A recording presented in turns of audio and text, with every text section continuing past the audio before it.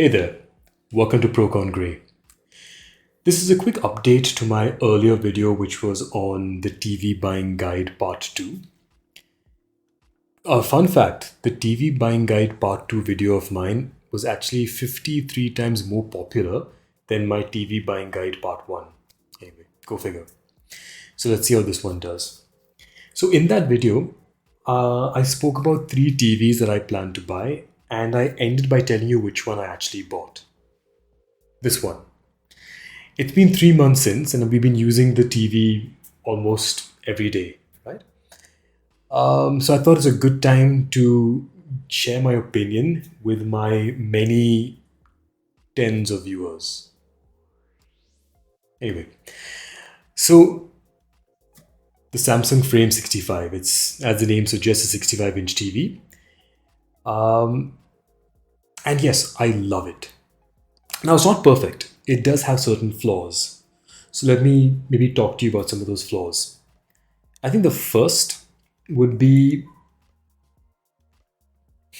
I forgot what... yes. The first would be that I just couldn't get the voice assistants to work.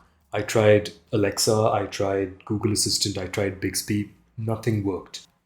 It took me 2 days to figure out that the problem was with the remote. Specifically, the mic on the remote wasn't working.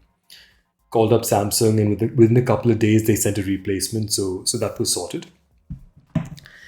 The second issue, I think, with the TV could be the fact that it's an edge-lit LED panel, which means that it doesn't get as dark as the OLED displays do, obviously, and the blacks aren't as pure black as I would have liked. The third issue is the fact that I almost never switch the TV off. So after a couple of weeks of the TV staying on, it tends to get a little laggy on occasion. Nothing that a quick power cycle doesn't fix.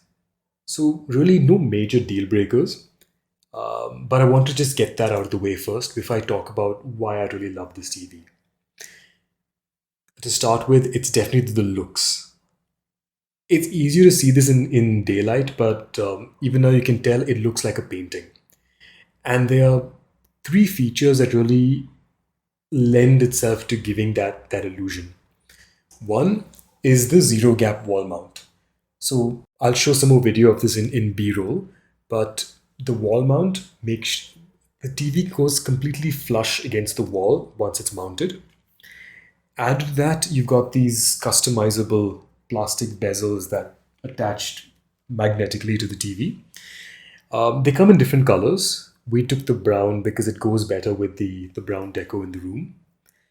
And the third is the panel itself. So the panel does a good job with minimizing reflections, and it does tweak the images ever so slightly in art mode to make it look that much more like a painting. And it genuinely looks like a painting, as I said, in daylight. A couple of other interesting features that I like is this one connect wire. I'm not sure how well you can see that. So that wire transports audio, video, and power all to the one connect box, which again I will show in more B-roll later. So all your inputs go into the one connect box. A single wire goes to the TV, so making cable management very clean, helping you have a very clean setup.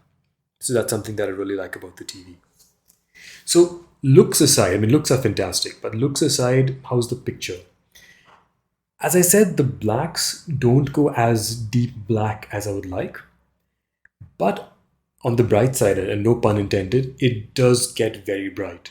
And that's especially important for this setup because we have windows right there and there's no curtains. We just have tinted windows.